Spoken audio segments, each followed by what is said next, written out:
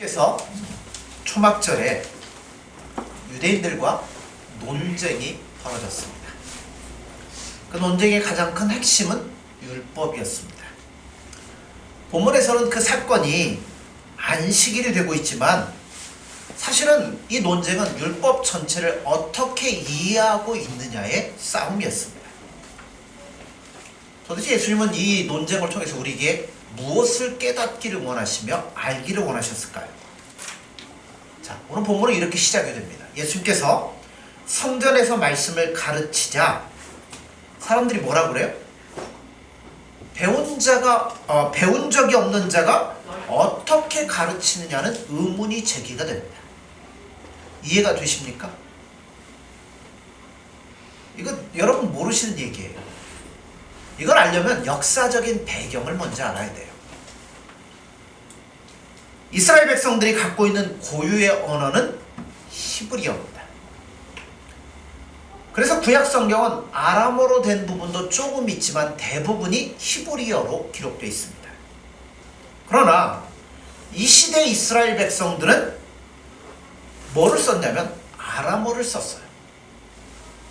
아람어는 누가 쓰는 말이냐면 옛날 바벨론이 쓰던 문자였습니다.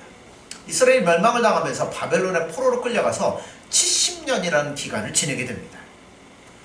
포로 생활 중에는 자기 언어를, 고유의 언어를 사용할 수가 없잖아요. 그러니까 70년 동안 뭔 말 썼어요? 아람어를 배우고 아람어를 쓰고 아람어의 문화와 모든 것들을 다 익혔던 것이죠. 그런데 예수님께서 성전에서 성경을 읽고 가르치던 말은 아람어가 아니라 히브리였어요. 그렇기 때문에 배운 적이 없는 자가 어떻게 히브리어를 말하며 이것을 이야기할 수 있는가 하는 의문이 나오는 것은 당연한 겁니다. 왜냐하면 그 당시에는 히브리어를 알고 있는 사람은 극소수였어요. 누구만 알고 있냐면 종교 지도자들만 알았어요. 자, 예수님 공생의 사역을 시작하기 전에 직업이 뭐였습니까? 목수였어요. 목수는 뭐만 잘하면 돼요? 대패질하고 톱질하고 이것만 잘하면 되죠. 언제 목수하면서 예수님이 히브리어를 배웠겠어요? 그러니까 사람들의 생각은 배운 적이 없는데 어떻게 히브리어를 읽고 히브리어를 말하며 히브리어에 대한 이야기를 할 수 있을까? 그러면서 예수님은 신기했을 뿐만 아니라 배우지도 않은 자가 감히 성경의 진리를 가르치는 데 대해서 의문을 제기하기 시작했습니다. 예수님은 여기서부터 사건을 확대해 나가기 시작합니다. 요한복음을 보면 한 가지 특징이 있죠. 예수님이 항상 하는 말이 뭐예요? 나는 내 말을 하러 온 게 아니라 아버지께서 내게 주신 말만을 나는 한다. 그러면서 이 유대인들과의 싸움이 벌어지기 시작하는데 예수님과 이스라엘 백성들 간의 싸움 중에서 가장 심각한 게 뭐냐면 율법이 무엇을 위하여 있느냐는 거예요. 율법은 물론 지키라고 주어진 겁니다. 그러면 예수님께서 오신 것은 율법을 잘 지키는 자들 골라서 구원하려고 오신 겁니까? 아니면 율법을 지키지 않는 자들을 깨우쳐서 율법을 지키도록 만들기 위해서 오셨습니까? 예? 율법을 잘 지키는 자들을 골라서 구원하려고 오셨습니까? 아니면 율법을 잘 안 지키는 자들을 깨우쳐가지고 지키게 하기 위해서 오셨습니까? 깨우쳐가지고 틀렸습니다. 둘 다 아닙니다. 물론 우리에게 율법을 주실 때는 지키라고 주셨죠.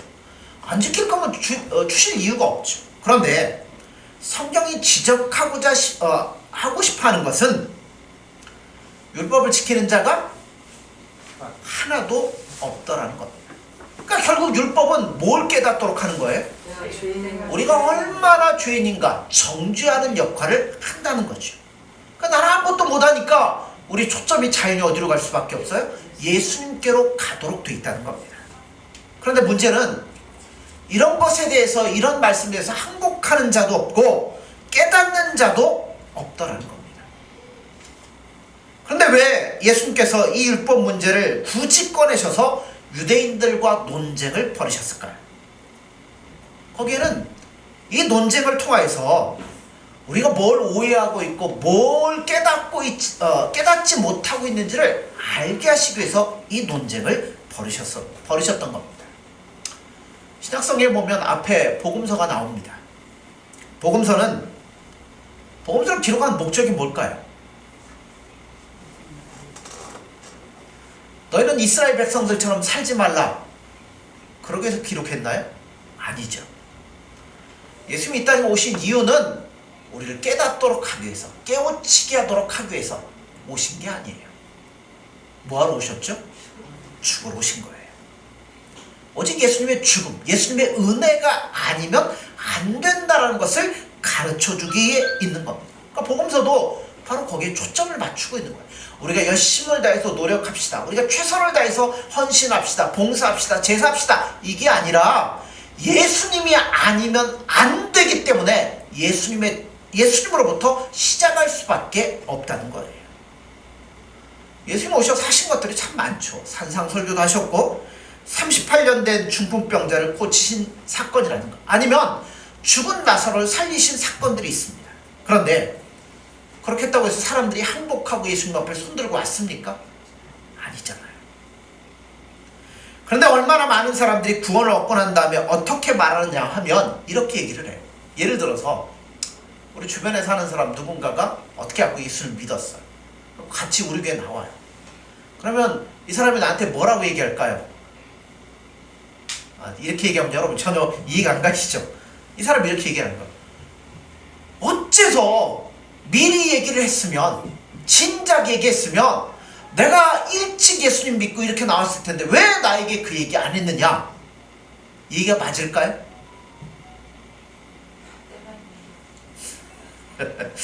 예, 그렇게 된다고 믿는 게 아니에요. 여러분이 이 자리에 나와 있는 것도 뭐냐면 전부 다 예수님의 은혜예요. 예수님 우리의 마음을 녹이시고 우리 마음 가운데 은혜를 부어주셔서 예수님에서 깨닫게 하고 알게 하셨기 때문에 이 자리에 나와 있는 거지, 우리가 복음 전했다고 그것 때문에 나와 있는 건 여러분 아니라는 거예요.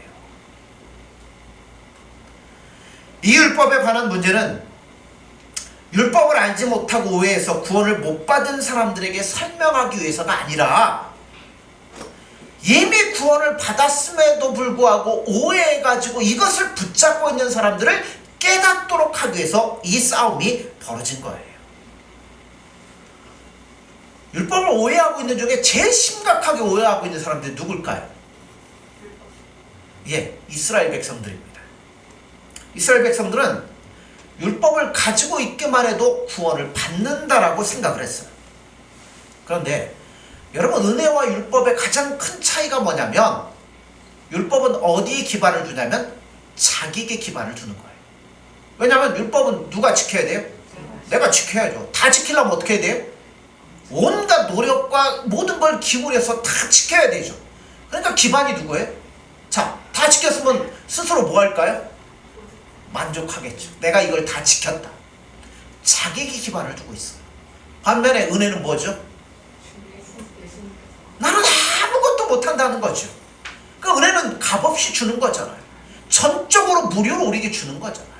그 차이가 있다는 겁니다. 그래서 율법은 다른 말로 얘기하면 뭐라고 표현할 수 있어요? 종교성이라고 표현할 수 있어요. 우리가 교회에 소속됐다고, 예배를 드린다고 우리가 구원받은 백성입니까?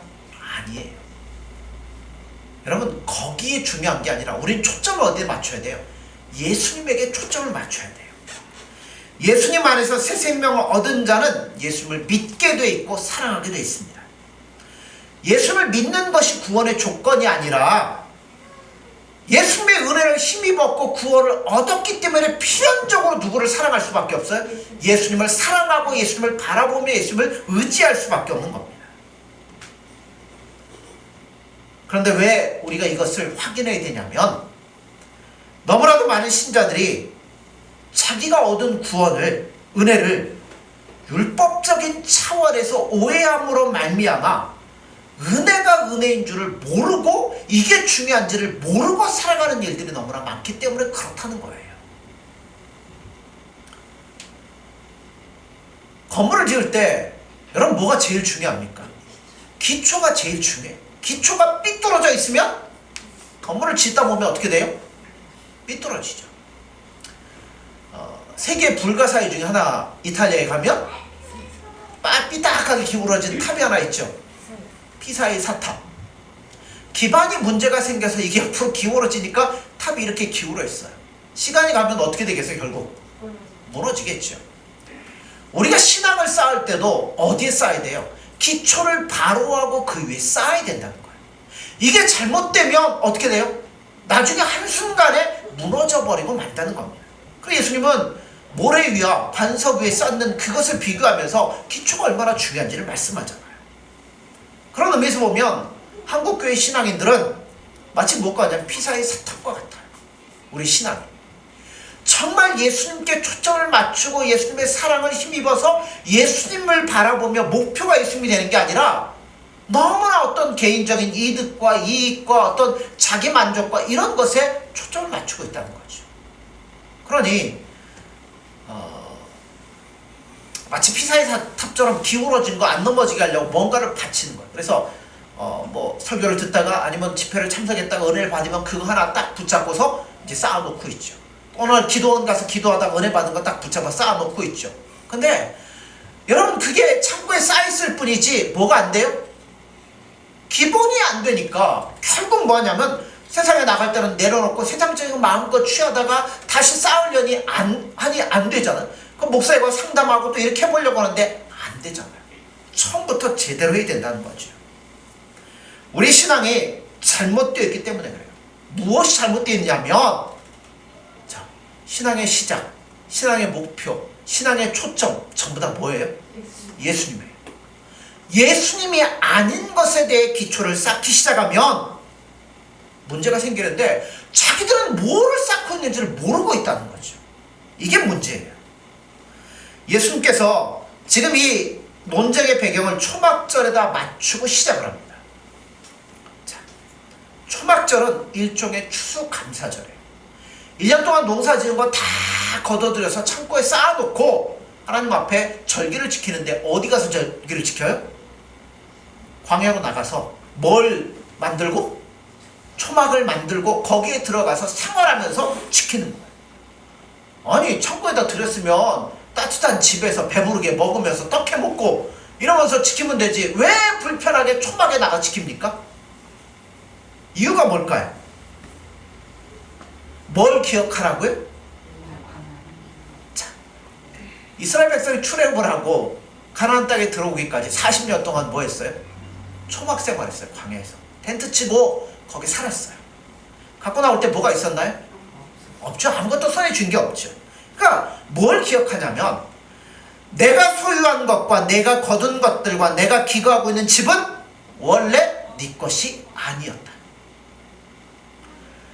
너는 다른 곳에서 아무것도 없이 왔다가 하나님의 은혜로 말미암아 이 모든 것을 이루었다라는 것을 잊지 말고 기억하라는 의미에서 초막에 나가서 초막에서 지키면서 절기를 지키라는 겁니다. 자, 모든 것들이 나에게서 이루어진 게 아니라면 이것 전적인 뭐예요? 그렇죠. 예수님의 은혜라고 밖에는 말할 수가 없다는 겁니다. 그럼에도 불구하고 우리는 뭔가를 소유하면 자꾸만 뭐 하고 싶어요? 우리 목에다 힘주고 내가 노력했더니 내가 이랬더니 나에게 이렇게 주어졌다. 이렇게 하고 싶을 때가 많습니다. 예수님께서 3년 반 동안 그렇게 고생하시면서 말씀하시고 논쟁하신 것이 바로 이같이 신앙의 근거가 혼동되어 오해되지 않도록 하기 위해서 예수님이 이런 싸움을 자주 싸우셨어요. 자, 우리가 생각하기에 예수님 아까 뭐하러 오셨다고요? 네, 죽으셔야만 이 일을 완성하니까. 그러면 예수님이 오셔서 우리가 생각하기에는 어차피 예수님이 십자가를 지실 거라면 언제 지는 게 제일 좋아요? 태어나자마자. 그죠? 바로 하시면 되잖아요. 아니면 일찍 지시는 편이 훨씬 낫지 않겠습니까? 그런데 예수님 몇 년 기다리셨어요? 30년. 그리고 3년 반 동안 공생의 사역을 시작하니 3년 반에 다 하시고 하셔야 되잖아요. 그러니 예수님 쓸데없는 말 하시겠어요? 안 하시죠. 핵심적인 것만을 얘기하기도 바빠요. 그 중에 오늘 이 본문이 들어갈 수 있다는 거예요. 바로 율법이 무엇이냐? 오해하지 말라, 이런 의미에서 오늘 이 논쟁을 그 바쁜 가운데서도 예수님이 하고 계시다는 거예요. 자, 14절을 보실까요?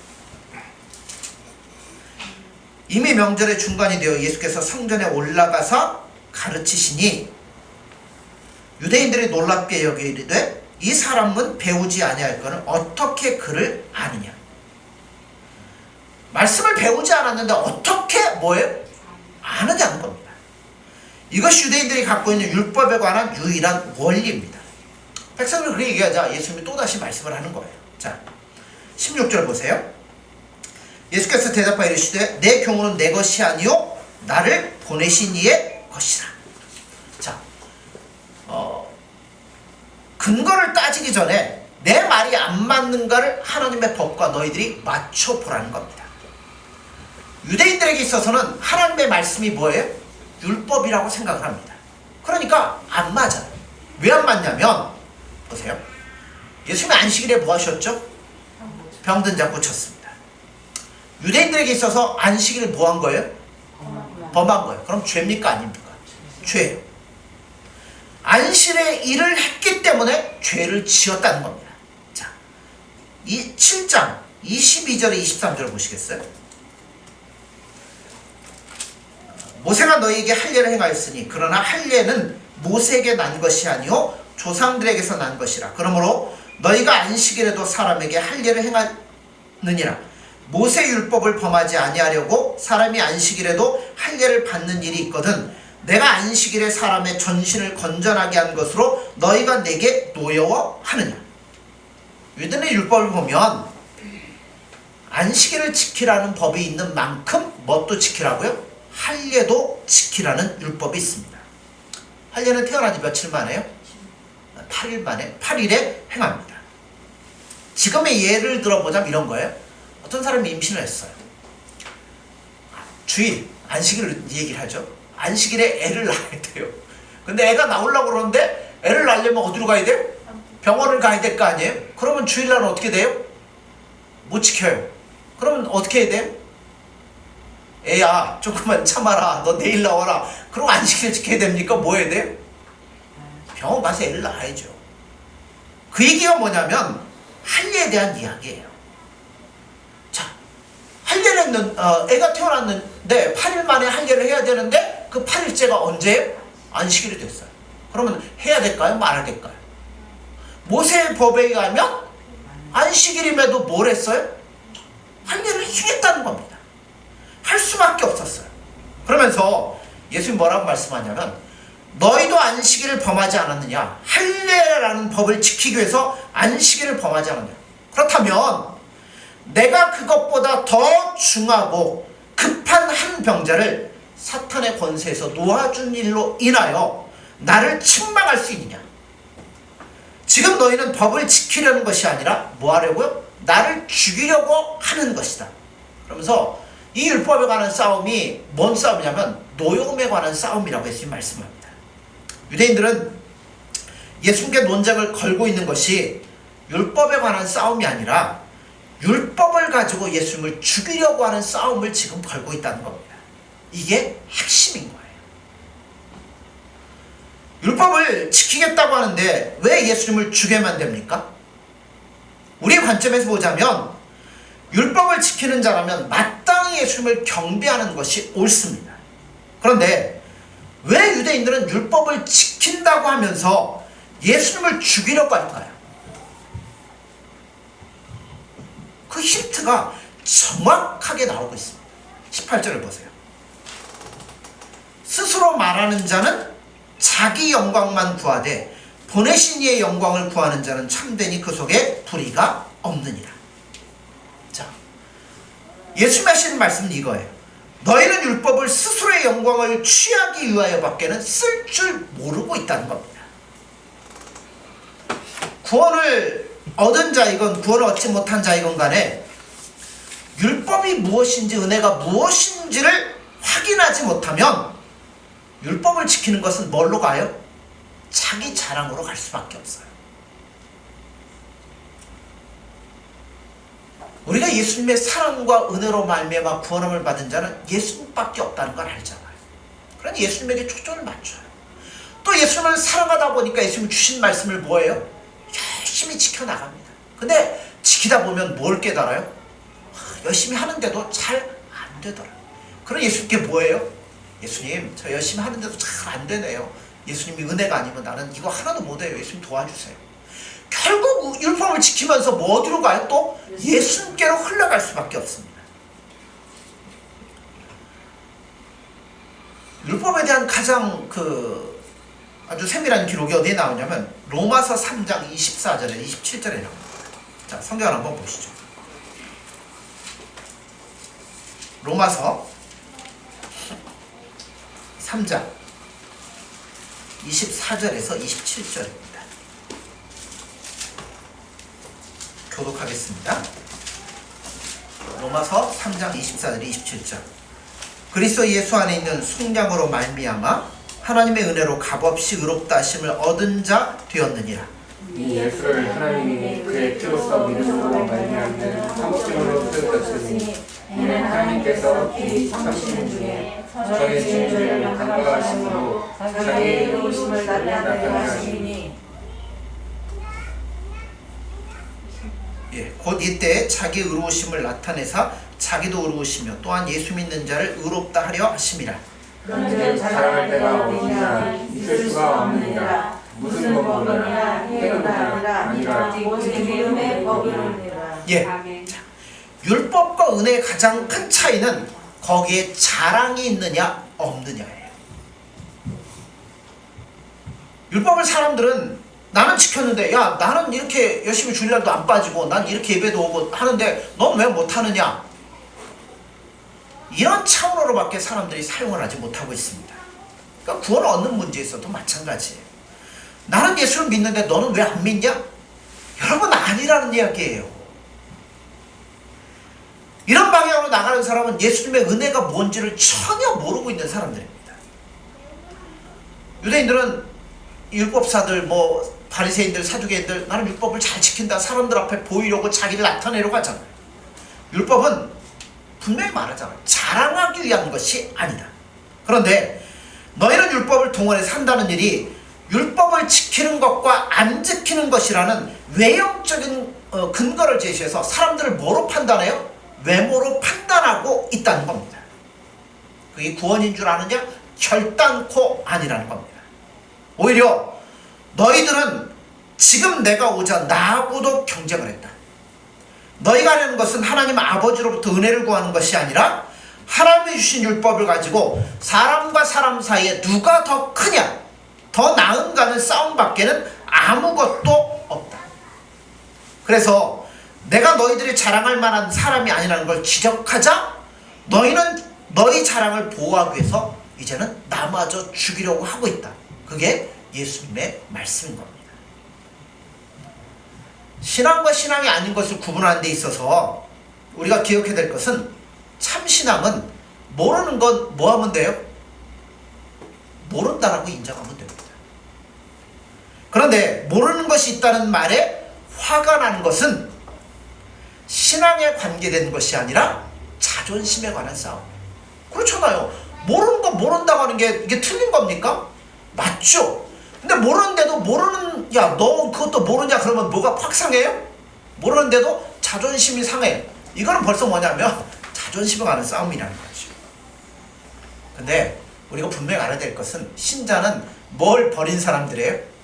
자존심을 버린 사람들입니다. 왜냐하면 내가 갖고 있는 그 무엇도 예수를 믿는 데 있어서 도움이 되는 게 사실은 아무것도 없어요. 오죽하면 사도 바울은 뭐라 그래요? 자기가 갖고 있는 모든 것들을 배설물이라고 여겼습니다. 우리에게는 쓸데없는 정도가 아니라 갖고 있으면 뭐예요? 오히려 예수님 앞에 나아가는데 방해거리밖에는 안 돼요. 예수 믿는 데 있어서 여러분이 갖고 있는 것 중에서 필요한 것이 무엇이며 예수를 믿는 것에 도움이 되는 것이 뭐가 있습니까? 예를 들자면 자동차가 있으면 도움이 됩니까? 예, 교회 오는데 도움은 되겠죠. 편하고 빠르고. 그런데 그 자동차를 가지고 교회 오는 것과 교회에서 멀리 떨어지는 때를 따져볼 때 어느 쪽이 더 많습니까? 이런 거 한번 우리가 평가를 해보셔야 된다는 거죠. 돈이 많은 쪽 예수를 믿는데 좋습니까? 저는 절대 그렇지 않다고 생각합니다.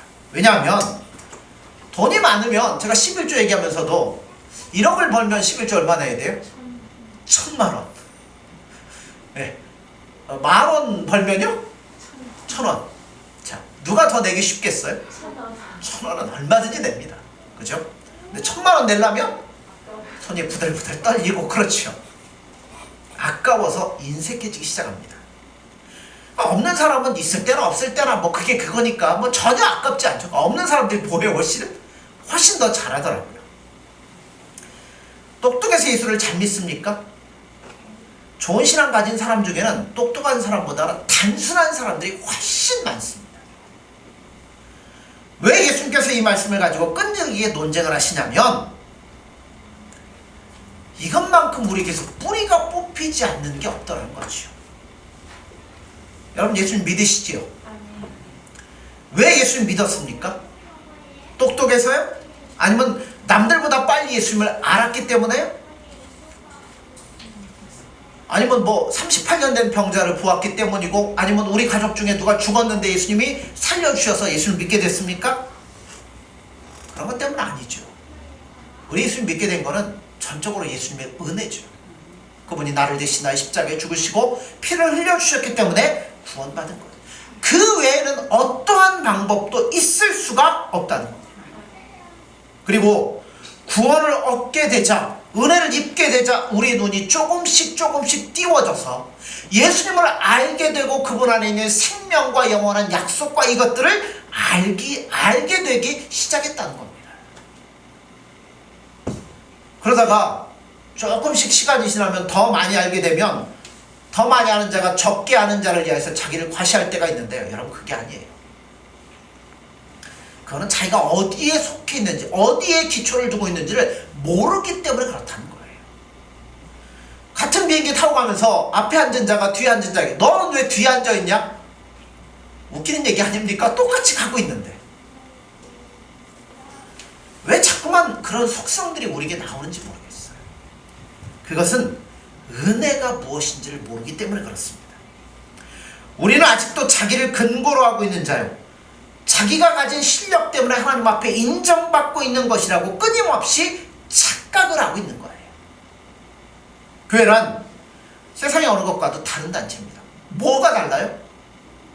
뭐가 다르냐면 딱 한 가지가 있죠. 우리는 뭐 내가 잘난 것도 없죠. 뭐밖에 없어요? 오직 예수님의 사랑과 은혜, 그걸로 말미암아 세워졌다는 걸 알고 있기 때문에 둘러보면서 뭐 나보다 잘난 사람도 나보다 못난 사람도 사실은 다 뭐예요? 예수님의 은혜라는 것 아래 놓여있으면 전부 다 똑같다는 걸 알죠. 그러니 서로 뭐 할 수밖에 없어요? 사랑할 수밖에 없는 게 교회입니다. 근데 우리는 뭐 하냐면 잘 잊어버려요. 이렇게 설교하는 저조차도 잘 잃어버릴 때가 많아요. 그래서 우리가 갖고 있는 큰 은혜의 기초를 망각하고 어쩌다가 자기는 좀 뭔가 다른 사람하고 다른다, 이 별종의 불인 것 같이 떳떳하고 잘난 체 할 때가 참 많이 있다는 겁니다. 그게 아니에요. 우린 다 똑같아요. 다 예수님의 은혜가 아니면 여러분 우리는 한 걸음도 살아갈 수가 없어요. 이스라엘 백성들은 바로 우리를 위해서 선택된 민족입니다.